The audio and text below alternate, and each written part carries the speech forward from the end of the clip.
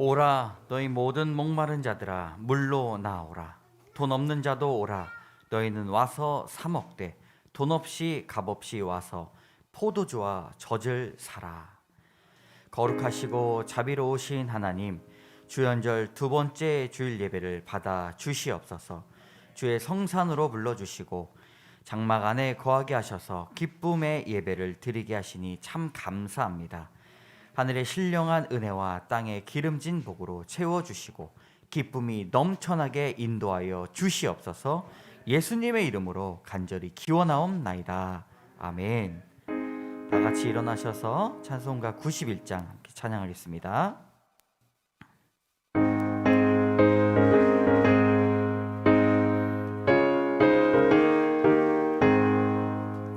슬픈 마음 있는 사람 예수 이름 믿으면 영원토록 변함없는 기쁜 마음 얻으리. 예수의 이름은 세상의 소망이요 예수의 이름은 천국의 기쁨일세. 거룩하신 주의 이름 너의 방패 삼으라. 환난 시험 당할 때에 주께 기도드려라. 예수의 이름은 세상의 소망이요 예수의 이름은 천국의 기쁨일세. 존귀하신 주의 이름 우리 기쁨되도다.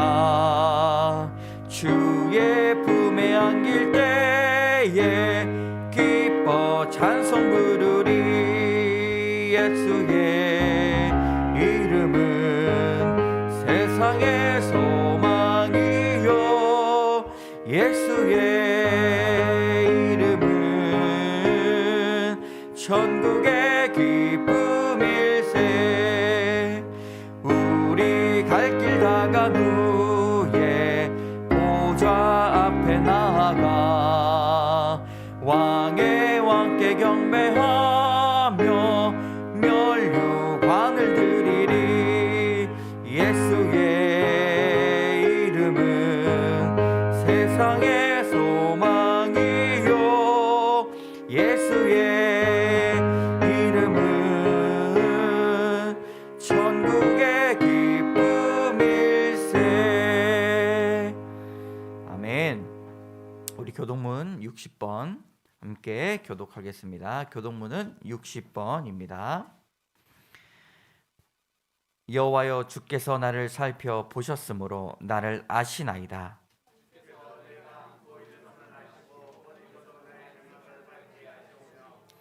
나의 모든 길과 내가 눕는 것을 살펴 보셨으므로 나의 모든 행위를 익히 아시오니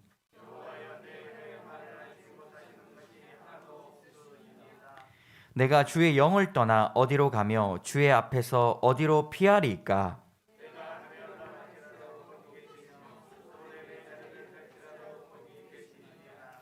내가 새벽 날개를 치며 바다 끝에 가서 거할지라도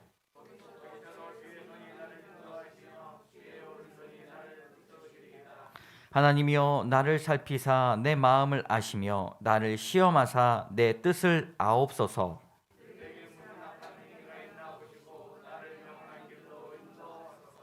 아멘.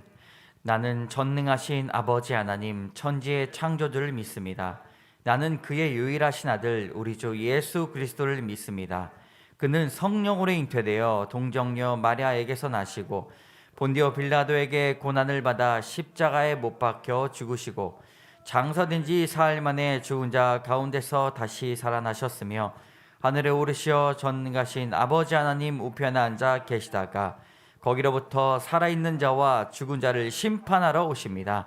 나는 성령을 믿으며 거룩한 공교회와 성도의 교제와 죄를 용서받는 것과 몸의 부활과 영생을 믿습니다. 아멘. 모두 자리에 앉으시겠습니다. 침묵 중에 성찰의 시간을 갖습니다. 거짓 없이 하나님 앞에 예배할 수 있도록 지난 한 주간 우리의 삶을 되돌아보며 죄를 고백하고 자비를 청하며 나아갑시다.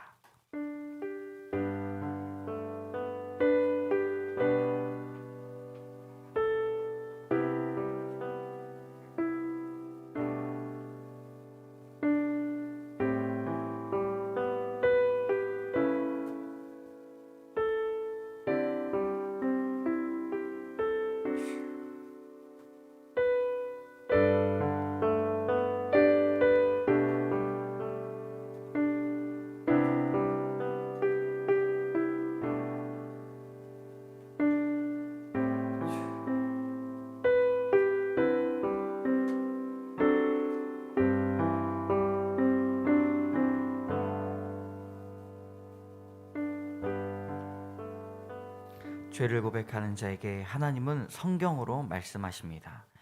이에 여자에게 이르시되 내 죄사함을 받았니라. 아멘.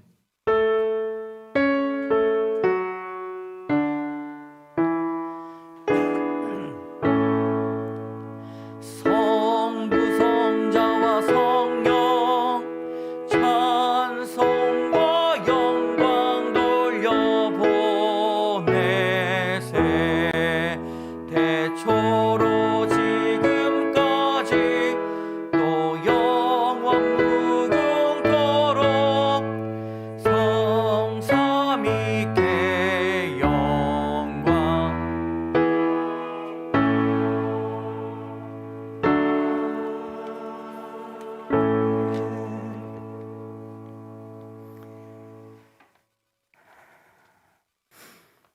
여호와는 나의 반석이시요 나의 요새시요 나를 건지시는 이시요 나의 하나님이시요 나를 건지시는 이시요 나의 하나님이시요 내가 그 안에 피할 나의 바위시요 나의 방패시요 나의 구원의 뿌리시요 나의 산성이시로다. 아멘. 사랑과 은혜가 풍성하신 하나님 아버지, 이 시간 주님께 나와 예배와 찬양으로 영광 돌리게 하심을 감사합니다. 지금까지 지내올 수 있었던 것이 하나님의 은혜요 사랑 때문임을 고백합니다. 작년 한 해 코로나19 팬데믹으로 말미암아 예배가 막히고 학교가 휴교되고 소상공인들이 힘들어하는 이때에 주님과 더 가까이 하지 못했고, 예배의 자리에 기도의 자리에 있기보다는 세상적인 염려와 걱정으로 사람의 생각과 방법으로 해결하려 했던 믿음 없는 우리의 모습을 용서하여 주시옵소서. 주님, 간절히 바라옵기는 아직까지 코로나로 불안해하고 여러 가지 상황으로 힘들어하는 형제들이 있습니다. 속히 코로나가 종식되고 코로나 치료제가 모든 국민들에게 보급되어 일상생활에 감사가 넘쳐나는 삶이 되게 하여 주시옵소서. 은혜의 빛 강성교회를 화정에 세우게 하신 하나님, 이곳에 아버지의 뜻이 이루어지게 하시고 우리의 믿음을 새롭게 하여 주시어 회개에 합당한 열매를 맺게 하시고 겸손과 진실함으로 하나님을 바르게 섬기는 교회가 되게 하여 주시옵소서. 이 나라를 위해 기도합니다. 우리나라를 불쌍히 여겨 주시옵소서. 하나님의 다스림 가운데 공의와 정의가 살아나 분열이 사라지고 대통령과 이정자들과 국민들이 하나 되어 정치와 경제가 살아나고 국가의 어려운 이 시기를 지혜롭게 잘 견뎌낼 수 있도록 도와주시옵소서.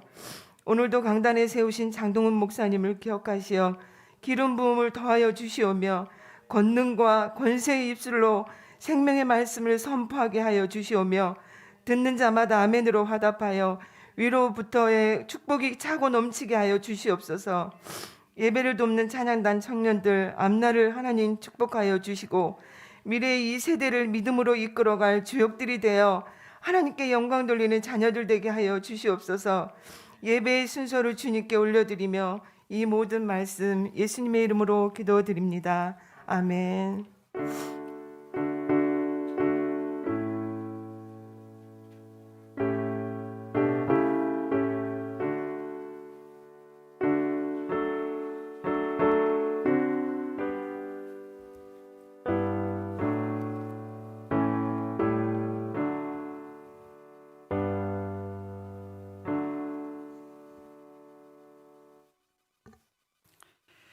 거룩한 주일 하나님께서 주시는 말씀은 오늘 로마서 14장 13절에서 23절까지의 말씀입니다. 로마서 14장 13절에서 23절까지 말씀 같이 교독하시고 마지막 절은 함께 읽겠습니다. 그런즉 우리가 다시는 서로 비판하지 말고 도리어 부딪힐 것이나 거칠 것을 형제 앞에 두지 아니하도록 주의하라.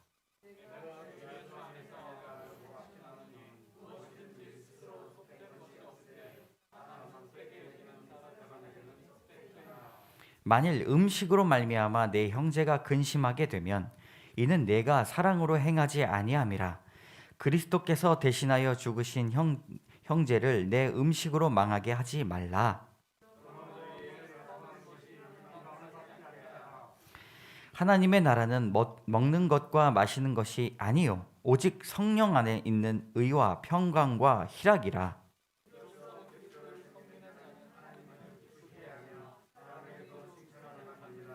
그러므로 우리가 화평의 일과 서로 덕을 세우는 일을 힘쓰나니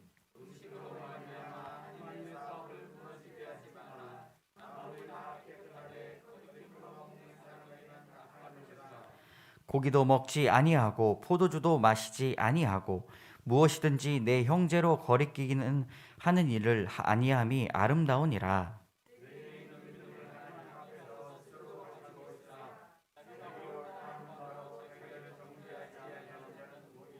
함께 읽겠습니다. 의심하고 먹는 자는 정죄 이는 믿음을 따라하지 아니하였기 때문이라. 믿음을 따라하지 아니하는 것은 다 죄니라. 아멘. 따라하겠습니다. 성도의 지혜. 성도는 지혜롭게 행동하는 사람입니다. 성도에게 지혜는 하나님의 선물입니다. 영국 신학자 바클레이 교수는 이렇게 말합니다. 함께 읽겠습니다. 지혜는 자기를 찾는 자들을 기대하고 지혜를 바라고 찾는 자, 지혜를 사랑하고 존중하고 친구로 삼기로 결정한 사람들에게 찾아옵니다. 주변에 지혜 있는 사람들 보면 참 부럽습니다. 어떻게 말 한마디를 하더라도 저렇게 지혜롭게 할까 생각합니다. 지식과 지혜 중에 무엇을 얻기를 원하십니까? 라고 물어보면 지혜 달라고 하는 사람들이 압도적으로 많습니다. 그래서 이름도 지혜라는 이름이 많죠. 지식이라는 이름보다 지혜라는 이름이 많이 있습니다. 지혜 있는 사람의 말 한마디로 많은 사람들이 화평을 누리게 되고 문제들이 해결되는 일들을 여러분 다 경험해 보셨을 것입니다. 우리 모두는 영적으로 성장하면서 지혜도 자라야 합니다. 예수님도 지혜와 키가 함께 동시에 자라갔다고 말씀하고 있습니다. 같이 읽겠습니다. 예수는 지혜와 키가 자라가며 하나님과 사람에게 더욱 사랑스러워 가시더라. 아멘. 무엇이 먼저 나왔습니까? 지혜가 먼저 나왔습니다. 성경에는 예수님의 유년 시절이 아주 짧게 나왔기 때문에 우리는 다 알 수 없지만 이곳에 최초로 언급된 것이 예수님의 지혜입니다. 지혜가 있으면 하나님과 사람에게 더욱더 사랑을 받게 됩니다. 일반적인 지혜의 뜻은 호크마라고 해서 기민함, 신중함, 빨리빨리 하지만 또 신중하게 생각을 하죠. 그리고 시간을 소중하게 사용하는 것이 지혜다. 그리고 분별하는 능력이 지혜다. 현명한 판단을 내리는 것이 호크마, 이 구약시대의 지혜인데 오늘 설교 제목이 성도의 지혜인데요. 성도의 지혜는 이것이다라고 말씀드릴 수가 있습니다. 성도의 지혜는 첫 번째, 하나님을 아는 것. 그리고 두 번째, 그 하나님을 두려워하는 것. 예수 그리스도, 성도의 지혜 자체는 예수 그리스도라고 볼 수가 있습니다. 그리고 네 번째, 성령으로 인도함을 받는 것이 오늘 성도의 지혜입니다. 지혜 있는 사람은 어려운 상황에서도 잘 대처합니다. 그런데 지혜 있는 성도는 하나님을 먼저 의지합니다. 지혜로운 사람은 신중하고 기민하게 행동합니다. 그러나 지혜 있는 성도는 먼저 성령의 인도하심을 간구합니다. 지혜 있는 사람은 현명한 판단을 내립니다. 그러나 지혜로운 성도는 예수 그리스도라면 어떻게 하셨을까 생각합니다. 로마서 16장 19절의 말씀 함께 읽겠습니다. 시작. 너희의 순종함이 모든 사람에게 들리는지라. 그러므로 내가 너희로 말미암아 기뻐하노니 너희가 선한데 지혜롭고 악한데 미련하기를 원하노라. 선한 데는 지혜롭게, 악한 데는 미련하게. 아주 유명한 말씀이죠. 성도는 지혜를 사모해야 합니다. 성도가 지혜가 얻지 못하면, 지혜를 갖고 있지 않다면 헛된 말을 하게 되고 차분함을 잃어버리고 악한 것에서 옳은 것을 구별해낼 수 없습니다. 사랑하는 형제 자매 여러분, 오늘 말씀을 상고할 때 하나님의 지혜를 얻어 분별하는 능력으로 믿음이 깊어지고 어려움을 잘 이겨내서 좋은 관계를 만들어가는 칭찬받는 성도 다 되시기를 주님의 이름으로 축복합니다. 첫 번째, 분별의 지혜입니다. 첫 번째 분별의 지혜는요, 두 가지로 볼 수가 있습니다. 판단의 분별과 자리의 분별인데 우리가 판단의 분별부터 한번 보겠습니다. 우리 13절 상반절, 자, 노란 줄만 읽겠습니다. 우리가 다시는 서로 비판하지 말고. 바울은 교회에서 성도 간에 어떤 이유로든 서로 비판하지 말라고 수없이 말을 합니다. 서로를 판단하고 비방하고 비난하면서 공동체가 깨지게 되는 것이죠. 비단 교회뿐만이 아닙니다.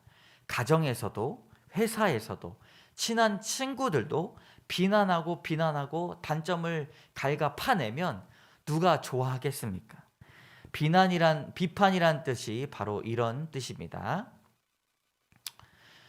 잘못된 점을 지적하여 부정적으로 말하는 것이죠.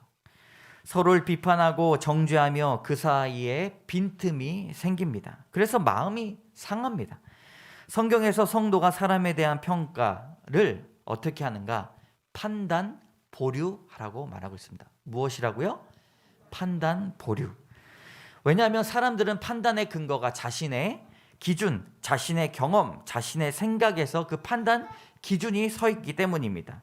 이것을 우리는 편견이라고 합니다. 색안경을 끼고 다른 사람을 보니 아주 부정적으로 말하는데 익숙합니다. 판단의 속도는 어떻습니까? 깊은 인내와 깊은 생각으로 판단하는 것이 아니라 섣불리 서둘러서 판단합니다. 잠언 25장 8절, 너는 서둘러 나가서 다투지 말라. 서둘러서 나가서 다투게 되면 그것이 어찌할까 두려워한다라고 말하고 있습니다. 깊이 생각하고 오랫동안 두고 보고 그 사람을 판단하는 게 아니라 이해할 수 있어야 합니다. 이해하면 사랑하게 되는 것이죠.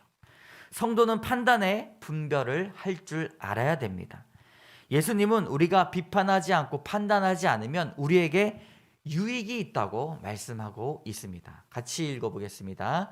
시작. 비판하지 말라. 그리하면 너희가 비판을 받지 않을 것이요. 정죄하지 말라. 그리하면 너희가 정죄를 받지 않을 것이요. 용서하라. 그리하면 너희가 용서를 받을 것이요. 아멘. 사람들을 비판하고 정죄하지 않으면, 용서하고 안아주고 사랑하면 우리도 그와 같은 대접을 받을 수 있다 말합니다. 이것이 바로 판단의 분별입니다. 분별의 지혜 두 번째는요, 자리의 분별입니다. 13절의 말씀 같이 읽겠습니다. 노란 줄만 시작. 부딪힐 것이나 거칠 것을 형제 앞에 두지 아니하도록 주의하라. 간단히 말하면 치고받고 싸우지 말라는 거예요. 서로 부딪힐 일이 있다면, 거칠 것이 있다면 그 자리에서 일어나야 합니다. 싸우다 보면 싸우는 문제는 온데간데 없이 감정 싸움에 휘둘리게 됩니다. 어디다 대고 반말이야? 몇 살이야? 눈을 부랴리라는 등 감정이 격해져 가지고 서로 인신공격을 하게 됩니다. 성도는 작은 일에도 다툼이 있는 자리에 있으면 안 됩니다. 교회가 요즘 어려워지는 것은 다툼의 자리를 벗어나지 못하기 때문인데, 서로 안아주고 보듬고 이해해야 할 자리에서 서로를 깎아내리고 욕하고 주먹다짐하며 자신의 분노를 표출하게 됩니다. 세상의 지혜도 이런 것들을 말합니다. 제자 백가 중에 묵가를 창시한 묵자는 싸우지 않고 이기는 법. 여러분, 이것을 알고 있으면 얼마나 좋겠습니까? 손에 피를 붙이지 않고 이길 수 있다? 7가지 중에 2가지를 제가 한번 보았습니다.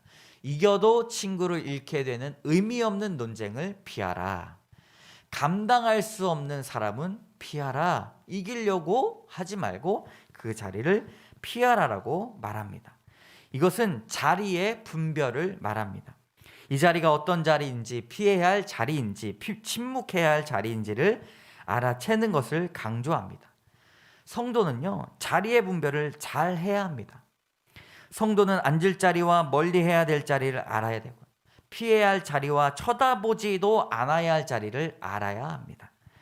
요즘은 온라인 시대이기 때문에 핸드폰을 하면서도 내가 이것을 터치를 해야 될까? 아니면 멀리 해야 될까를 스스로 판단할 줄을 알아야 됩니다.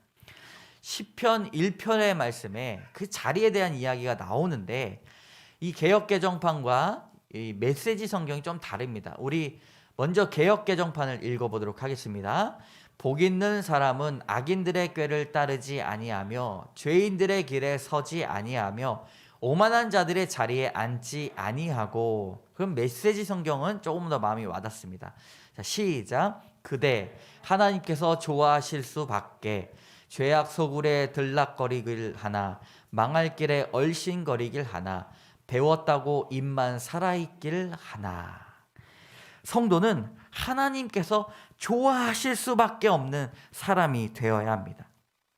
죄악의 소굴에 들락날락 거리면서도 자기가 죄인지도 모르고, 망할 길에 올라가면서도 잘하는 줄 알고, 또 잘난 척하고 남을 하대하는 사람들과는 동석해서는 안 됩니다.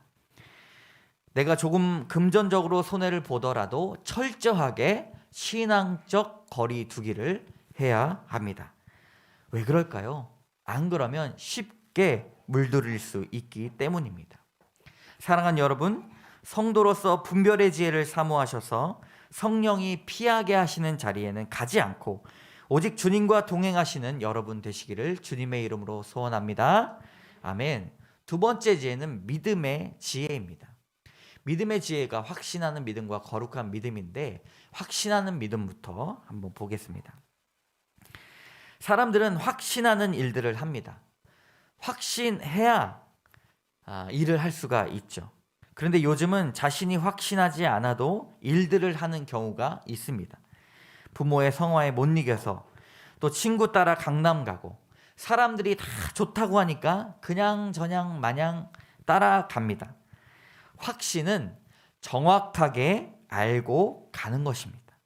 우리 오늘 말씀의 14절의 상반절에 보면 내가 주 예수 안에 알고 확신한다라고 말씀하고 있습니다.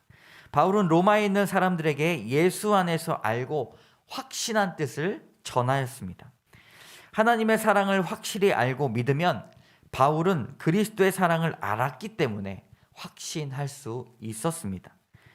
확신하는 사람들에게 큰 유익은 무엇일까요?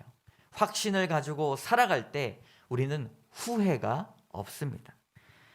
민수기 23장 19절의 말씀 같이 읽겠습니다. 하나님은 사람이 아니시니 거짓말을 하지 아니시고 인생이 아니시니 후회가 없으시도다.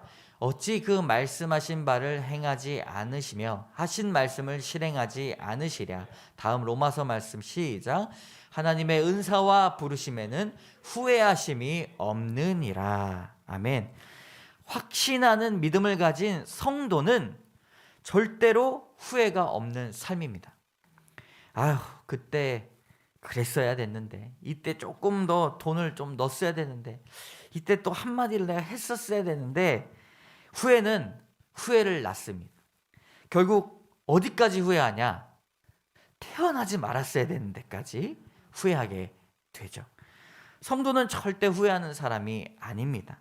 하나님의 인도하심을 받고 확신하는 믿음 가운데 살아가는 성도의 지혜를 여러분 소유하시기 바랍니다. 두 번째 믿음의 지혜, 거룩한 믿음입니다. 로마 교회는 출신이 서로 다른 사람들이 굉장히 많이 있었습니다. 유대인들도 많았고 다른 이방인들의 여러 그룹들이 있었습니다.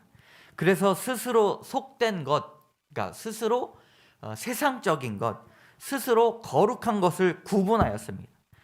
다른 사람들 앞에서 그런 믿음을 보여주기를 굉장히 좋아했습니다. 무엇이 거룩한지 스스로 판단하게 되는 일들이 부지기수였습니다. 당시에는 먹을 것과 더불어서 절기를 지키는 문제도 있었습니다. 무엇을 먹어야 될지, 어떤 날을 지켜야 될지에 대해서 자신들의 믿음 따라 중구난방으로 행했습니다. 율법적으로 어떤 음식을 먹으면 되는지 따졌고, 어떤 날은 종교적인 이유로 꼭 반드시 지켜야 죄를 짓지 않는다고 생각했습니다. 이는 로마 교회의 아주 큰 갈등으로 이어졌습니다. 어떤 사람은 모든 음식을 먹고 특정한 날을 아주 거룩하게 지키려고 했는데, 어떤 사람들은 지키지도 않고 다른 사람 먹지도 않는데 자기가 먹으면서 서로 상처를 주고 믿음의 분열을 가지고 왔습니다. 바울의 중재는 이렇습니다. 우리 오늘 읽은 본문의 말씀의 앞에 구절인데요. 한번 우리 제가 노란 줄 친 것만 한번 읽어보도록 하겠습니다. 믿음이 연약한 자를 너희가 받되 그의 의견을 비판하지 말라. 어떤 사람은 모든 것을 먹을 만한 믿음이 있고 믿음이 연약한 자는 채소만 먹느니라. 먹는 자는 먹지 않는 자를 업신여기지 말고 먹지 않는 자는 먹는 자를 비판하지 말라. 이는 하나님이 그를 받으셨음이라. 노란 줄만, 나를 중히 여기는 자도 주를 위하여 중히 여기고 먹는 자도 주를 위하여 먹으니 이는 하나님께 감사하며 먹지 않는 자도 주를 위하여 먹지 아니하며 하나님께 감사하느니라. 아멘. 바울의 중재는 참 지혜롭습니다. 먹는 자도 누구를 위하여? 주님을 위하여. 먹지 않는 자도 주를 위하여 살아간다고 결론을 내리고 있습니다. 여기에서 거룩한 믿음이 무엇인지를 우리는 깨달아야 합니다. 자신의 믿음에 합당한 결과를 내는 것이 거룩한 믿음이 아니라는 사실이죠.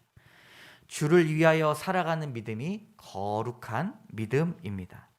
로마 교회처럼 갈등과 분열을 바라보면서 바울의 지혜를 얻고자 합니다. 우리 17절의 말씀 시작. 하나님의 나라는 먹는 것과 마시는 것이 아니요 오직 성령 안에 있는 의와 평강과 희락이라. 아멘. 어느 시대든 오직 성령 안에서 의와 평강과 희락이 있는 교회를, 그런 공동체를, 그런 가정을 여러분 만들어 가셔야 합니다.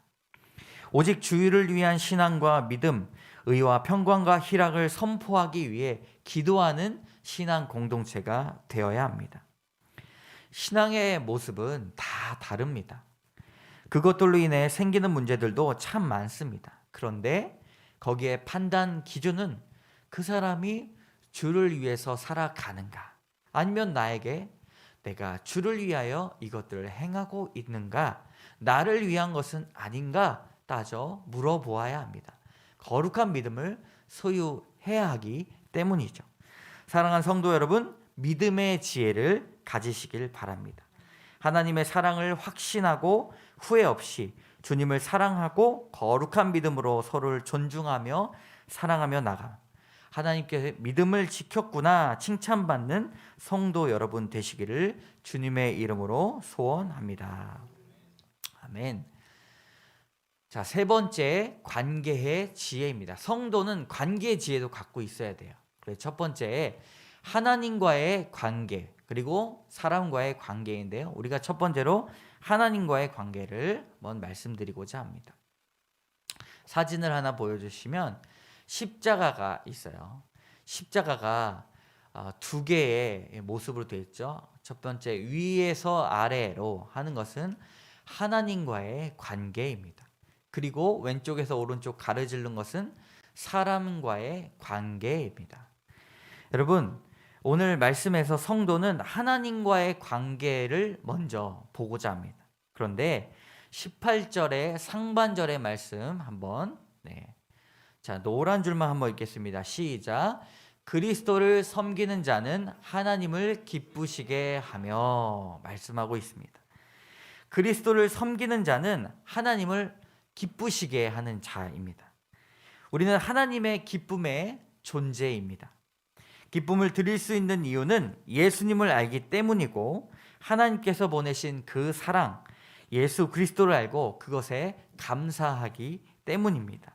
하나님은 그런 우리를 보고 기뻐하십니다. 우리는 존재만으로도 하나님께 기쁨이 되는 존재입니다.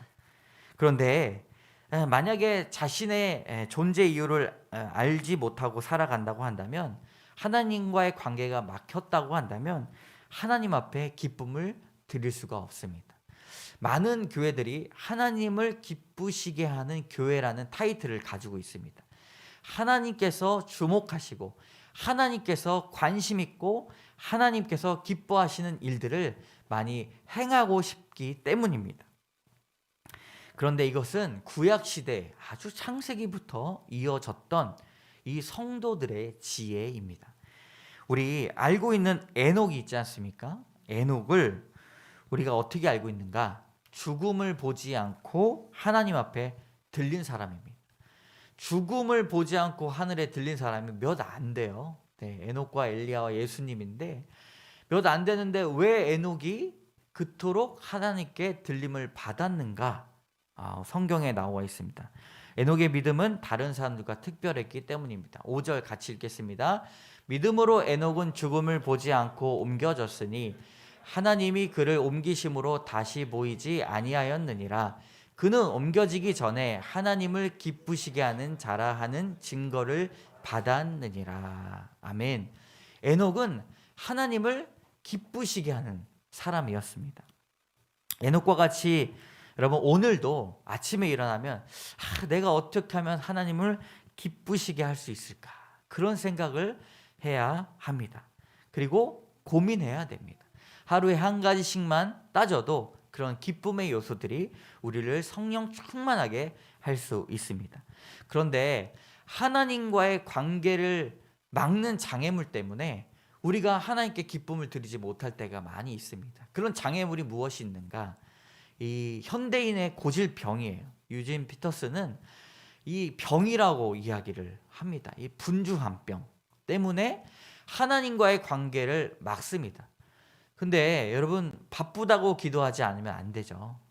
바빠도 기도해야 됩니다. 두 번째, 게으름이 하나님과의 관계를 막는 장애물입니다. 이 게으름은 그냥 아침에 늦게 일어나는 걸로만 이야기되지 않고 오늘 할 일 내일로 미루지 뭐 라고 생각하는 그런 마음들입니다. 세 번째로는요, 음란입니다. 음란이 하나님께로 가는 관계를 막는 장애물입니다. 성경에서는 끊임없이 음란과 사단과 악을 같은 것으로 봅니다. 네 번째는 욕심입니다. 욕심. 하나님과의 관계를 막는 이 장애물 네 가지를 여러분 제거하시기 바랍니다. 그래야 하나님 앞에 기쁨의 제사를 드릴 수가 있습니다. 분주함을 내려놓고 매일 주 앞에 무릎 꿇고 말씀을 보기 위해 약속했었던 것들을 게으름 때문에 뒤로 미루면 안 됩니다. 음란은 하나님을 가로막는 벽입니다.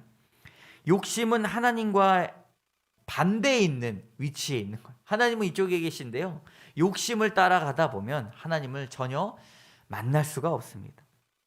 하나님께 기쁨을 드리기 위해 이러한 장애물들을 제거할 수 있는 지혜를 달라고 기도하시는 성도분들 다 되시기를 바랍니다.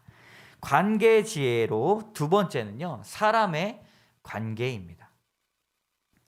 요즘 교회에 대한 부분들보다 제가 가정에 대한 것들을 짧게 나누도록 하겠습니다. 가정에서 성도로 살아가야 됩니다. 가정에서 무엇으로 살아가야 된다고요? 성도로 살아가야 됩니다. 우리 19절 말씀 시작. 그러므로 우리가 화평의 일과 서로 덕을 세우는 일을 힘쓰나니. 그리스도인이 된다는 것은 그리스도를 보여주는 삶을 말합니다. 그래서 생각하고 말하고 행동하는 것이 나타나야 합니다. 화평의 일은 매일 화평을 선포하는 데 있습니다. 덕을 세운다는 말은 서로가 서로에게 격려를 한다는 말입니다. 코로나 시대의 가정에서 덕을 세워나가는 성도가 되려면 이렇게 행동해야 됩니다. 가정에서 덕을 세우는 방법, 우리 첫 번째 한번 읽어보겠습니다. 시작. 상대방을 배려하기. 두 번째, 시작. 일관성을 가지고 살아가기. 세 번째, 서로의 일을 함께 돕기. 네 번째, 한 번씩 안아주기. 다섯 번째, 그래도 괜찮아라고 말해주기입니다. 매일 그냥 같이 살아 얼굴 보다 보니까 그냥 너는 너 나는 나 그냥 매일 같이 살아가는 것이 아니라 배려하고 그리고 일관성을 가지고 살아가야 됩니다. 서로의 일을 함께 돕고 한 번씩 안아주어야 됩니다. 그래도 괜찮아, 내 마음이 그랬구나 라고 서로의 감정을 털어놓을 수 있는 공간을 만들어줘야 됩니다. 여러분, 가정에서도 화평의 일과 서로의 덕을 세우는 일에 힘쓰시기 바랍니다. 싸우지 마시고 스트레스 푼다고 방에서 서로 일만 하지 마시고 서로 힘을 얻고 또 힘을 주는 그런 관계가 되시기를 주님의 이름으로 축복합니다. 우리 오늘 말씀을 마치면서 한번 같이 읽어보겠습니다. 성도의 지혜, 분별의 지혜, 판단의 분별, 자리의 분별. 믿음의 지혜, 확신하는 믿음, 거룩한 믿음. 관계의 지혜, 하나님과의 관계, 사람과의 관계. 이 시간 말씀을 생각하시면서 1분간 기도하며 나가도록 하겠습니다.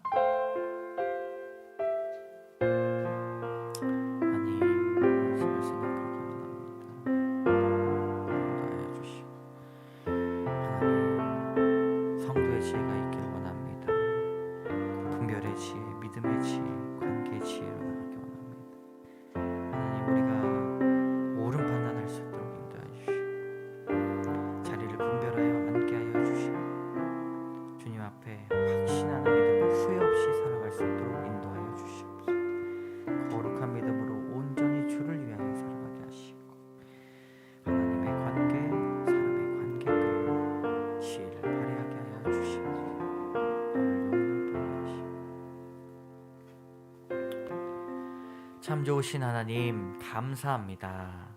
오늘도 주 앞에 말씀을 들었습니다. 성도의 지혜로 주님의 지혜를 얻게 하여 주시옵소서. 성도의 지혜로 하나님을 알아가는 것, 하나님을 두려워하는 것, 예수 그리스도와 함께 동행하는 것, 성령의 인도하심을 받는 것이 매우 중요한 이름을 알았습니다. 하나님, 한 주간 살아갈 때에 성도의 지혜, 또 가장의 지혜, 엄마의 지혜, 자녀의 지혜가 날마다 용솜 치듯이 나아갈 수 있도록 인도하여 주시옵소서. 예수 그리스도의 이름으로 감사드리며 기도드립니다. 아멘. 다 같이 일어나셔서 결단의 찬양 드리도록 하겠습니다.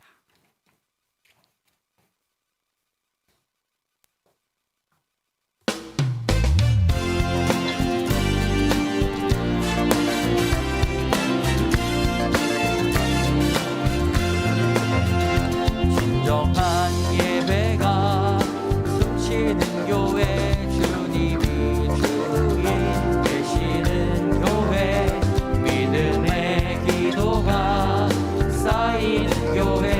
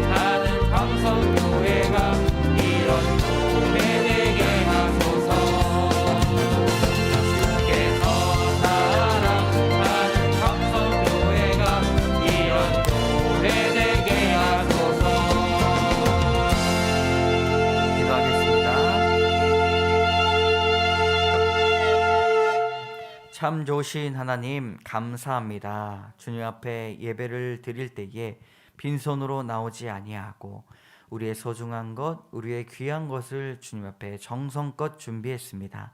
하나님 기뻐 받아 주시옵소서. 우리의 것이 하나도 없고 온전히 모든 것이 주의 것임을 다시 한번 고백합니다. 하나님, 이 주님의 것을 사용할 때에 지혜가 있게 하여 주시고 많은 사람들에게 생명의 호흡을 줄 수 있는 귀한 곳에 사용되게 하여 주시옵소서.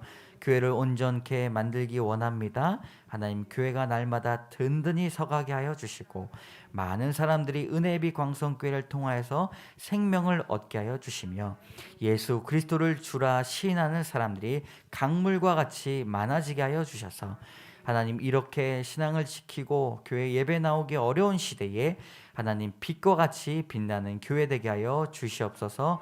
우리의 심령을 주님 앞에 드립니다. 기도 제목을 가지고 나온 성도들 심령마다 친히 찾아와 주셔서 안아주시고 주님 안수하여 주시고 성령으로 뜨겁게 하여 주셔서 영원까지 함께 하시기를 간절히 축원하옵나이다. 아멘.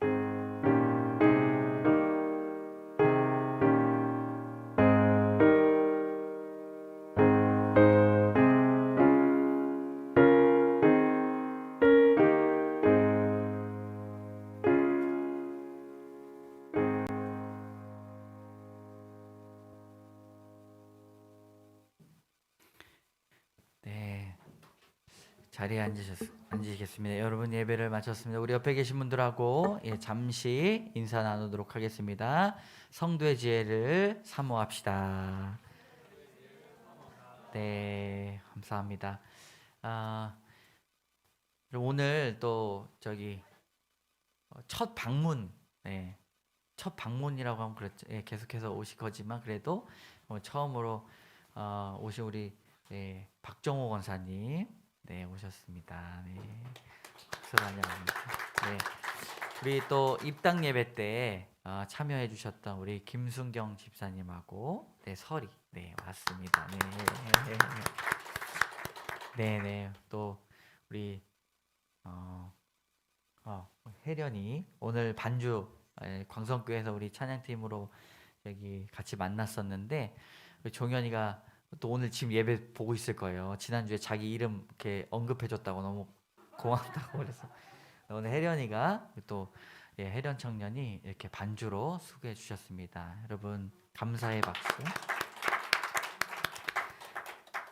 오늘 또 그 귀한 간식을 또 우리 윤건사님이 또 지난번에 입당 예배 때 맛있게 먹었던 모찌로 준비해 주셨습니다. 여러분 가실 때 우리 식사를 같이 못하지만 가실 때 하나씩 2개씩 가져가시면 되겠습니다. 2개씩 맞죠?